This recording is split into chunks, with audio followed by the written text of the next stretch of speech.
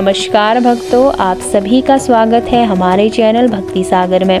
आज हम चर्चा करेंगे नवरात्र की अष्टमी तिथि के बारे में, जिसे महाअष्टमी भी कहा जाता है। यह दिन देवी दुर्गा के महागौरी स्वरूप की उपासना के लिए समर्पित है, जिसे नवरात्रि के 8वें दिन पूजा जाता है। तो इस दिन माता की पूजा से सभी पापों का नाश होता है और जीवन में सुख समृद्धि आती है। साथ ही हम जानेंगे अष्टमी तिथि के महत्व के बारे में, पूजा का शुभ मुहूर्त क्या होगा, पारण विधि और माता को अर्पित करने की वाली वस्तुएं, और आप इस दिन क्या खरीद सकते हैं जिससे माँ प्रसन्न होंगी। माँ का आशीर्वाद आप पे और आपके समस्त परिवार पे सदैव बना रहे। साथ ही हम बात करेंगे माँ की पौराणिक कथाओं के बारे में, तो वीडियो को अंत तक जरूर देखें। महागौरी, जिनका वर्ण पूर्णतः श्वेत है, शांति और करुणा की प्रतीक भी मानी जाती हैं। इनकी उपासना से भक्तों के सभी कष्ट दूर होते हैं और उन्हें मनोवांछित फल की प्राप्ति होती है। चैत्र नवरात्रि 2025 में अष्टमी तिथि 5 अप्रैल 2025 शनिवार को है। तो पूजा का शुभ मुहूर्त सुबह 4:35 से 6:07 तक रहेगा। अभिजीत मुहूर्त दोपहर 11:59 से 12:49 तक रहेगा। विजय मुहूर्त दोपहर 2:30 बजे से 3:20 तक रहेगा। संध्या पूजा मुहूर्त शाम के 6:40 से 7:50 तक रहेगा। तो आप इनमें से किसी भी समय का चयन कर सकते हैं और भक्ति के साथ पूजा संपन्न करें। अष्टमी तिथि पर व्रत का पारण कन्या पूजन के बाद किया जाता है और 9 कन्याओं को आमंत्रित कर उनके चरण धोकर उन्हें भोजन कराएं और वस्त्र और दक्षिणा देकर आशीर्वाद दें। इसके पश्चात स्वयं भोजन ग्रहण करें और व्रत का समापन करें। माता को क्या अर्पित कर सकते हैं आप इस दिन? तो माता महागौरी को सफ़ेद रंग की वस्तुएं अर्पित करना शुभ माना जाता है। आप उन्हें सफ़ेद फूल, नारियल, खीर, हलवा पूरी आदि का भोग लगा सकते हैं। इसके अलावा माता को सिंदूर, चूड़ियाँ, मेहंदी और लाल चुनरी अर्पित करना भी शुभ माना जाता है, जो सौभाग्य का प्रतीक है। तो इस दिन धार्मिक वस्तुएं आप खरीद सकते हैं, जैसे कि माता की मूर्ति, पूजा सामग्री और सिंदूर खरीदना अत्यंत शुभ माना जाता है, क्योंकि यह माता को अत्यंत प्रिय है। इसके अलावा सोना, चांदी, नए वस्त्र खरीदने से घर में समृद्धि भी आती है। तो अष्टमी पर की गई खरीदारी से देवी की कृपा प्राप्त होती है, घर में सुख शांति बनी रहती है। चलिए जानते हैं महागौरी के स्वरूप के बारे में। तो नवरात्रि के 8वें दिन पूजे जाती है महागौरी। यह माता दुर्गा का 8वां स्वरूप है। महागौरी का वर्ण श्वेत यानी सफ़ेद होता है। इनका वाहन वृषभ यानी कि बैल है और इनके 4 हाथ होते हैं। उनके एक हाथ में त्रिशूल, दूसरे में डमरू और तीसरे में वरद मुद्रा, चौथे हाथ में अभय मुद्रा होता है। पुराणों के अनुसार माता पार्वती ने भगवान शिव को पति रूप में प्राप्त करने के लिए कठोर तपस्या की थी। तो इस कठिन तपस्या के दौरान उन्होंने हजारों वर्षों तक घोर जंगलों में तप किया। बिना भोजन और जल ग्रहण किए उनकी तपस्या इतनी कठिन थी कि उनके शरीर पर मिट्टी, पत्ते और धूल जम गई, जिससे उनका रंग काला पड़ गया। उनकी तपस्या से प्रसन्न होकर भगवान शिव ने उन्हें दर्शन दिए और उनकी इच्छा पूर्ति का वरदान दिया। जब शिवजी ने माता को स्वीकार किया, तब उन्होंने गंगा जल से माता पार्वती को स्नान कराया। तो इस स्नान के पश्चात माता का शरीर अत्यंत गौरवर्ण यानी कि उज्जवल हो गया। इसी कारण माता को महागौरी कहा गया है। महागौरी का स्वरूप अत्यंत दिव्य और शीतलता प्रदान करने वाला है।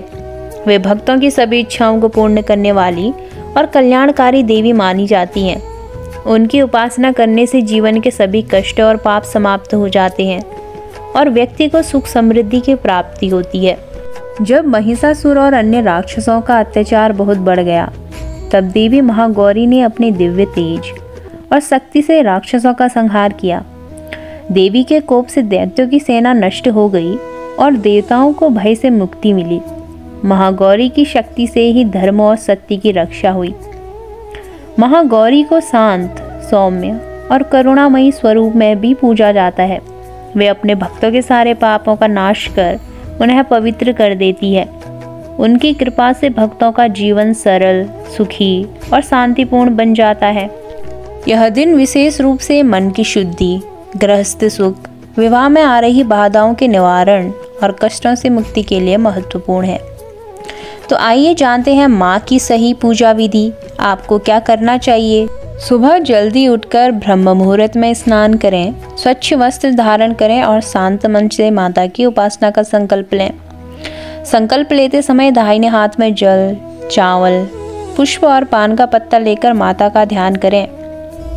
ओम विष्णु विष्णु विष्णुः इस मंत्र का जाप करें।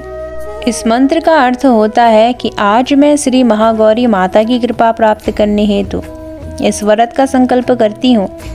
माता की कृपा से मुझे पारिवारिक सुख समृद्धि और मोक्ष की प्राप्ति हो। इसके बाद जल को भूमि पर छोड़ दें। पूजा के लिए एक स्वच्छ स्थान चुनें और चौकी पर सफ़ेद वस्त्र बिछाएं। माता महागौरी की मूर्ति का स्थापित करें।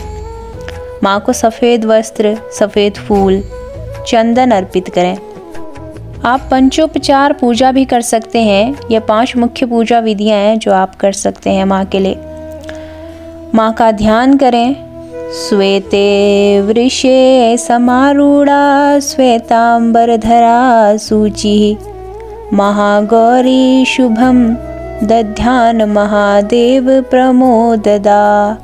माता को सफ़ेद पुष्प, गुलाब, चंपा, चमेली अर्पित करें।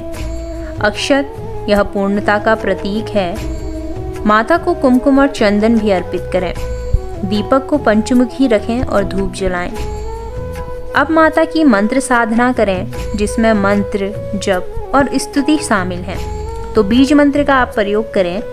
ओम ऐं ह्रीं क्लीं महागौरे नमः। आप इस मंत्र का 108 बार जप करें। महागौरी स्तोत्र भी कर सकते हैं। सर्वमंगल्य मांगल्ये शिवे सर्वार्थ साधिके शरण्ये त्र्यंबके गौरी नारायणी नमोस्तुते। या आप महागौरी कवच ओम क्लीं महागौरे नमः। तो जो भी साधक यह मंत्र श्रद्धा पूर्वक जपता है उसे माता की कृपा शीघ्र प्राप्त होती है। तो माँ को किस प्रकार के भोग अर्पित करने चाहिए? माँ को शुद्ध दूध से बनी मिठाइयाँ, खीर, नारियल, मिश्री और हलवा का भोग अर्पित करें। यदि आप व्रत रख रहे हैं तो माता को साबूदाने की खिचड़ी, फलाहार भी अर्पित कर सकते हैं। माता को नारियल और सूखे मेवे चढ़ाना अत्यंत शुभ माना जाता है। अब माता की श्री दुर्गा आरती करें। जय अम्बे गौरी। तो अष्टमी के दिन कन्या पूजन भी बहुत जरूरी होता है। अष्टमी का विशेष महत्व कन्या पूजन से भी है। इसमें 9 कन्याओं को घर बुलाओ, उनके पैर धोकर उन्हें हलवा, पूरी और चना खिलाओ। उनके माथे पर तिलक लगाकर दक्षिणा और उपहार दो। फिर उनके चरण स्पर्श करके आशीर्वाद लो। सिर्फ कन्या पूजन के दिन ही कन्याओं का सम्मान न करें, रोज़ाना सम्मान करें, क्योंकि कन्याओं के रूप में ही माता अवतरित होती हैं और आपको अपना आशीर्वाद देती हैं। अगर कन्याओं का सम्मान होगा तो निश्चित रूप से माता अवश्य प्रसन्न होंगी। तो भक्तों, ये थी माँ की पौराणिक कथाएं, पूजा विधि। तो अगर आपको यह वीडियो पसंद आया हो तो वीडियो को लाइक करें, शेयर करें, कमेंट में जय माता दी ज़रूर लिखें। माँ का आशीर्वाद आप सभी पर बना रहे। साथ ही हमारे चैनल भक्ति सागर को सब्सक्राइब करना न भूलें। बेल आइकन ज़रूर दबाएं ताकि आपको हमारी हर नई वीडियोस की नोटिफिकेशन सबसे पहले मिल सके। तो दोस्तों, फिर मिलते हैं अगली कथा में। जय माता दी।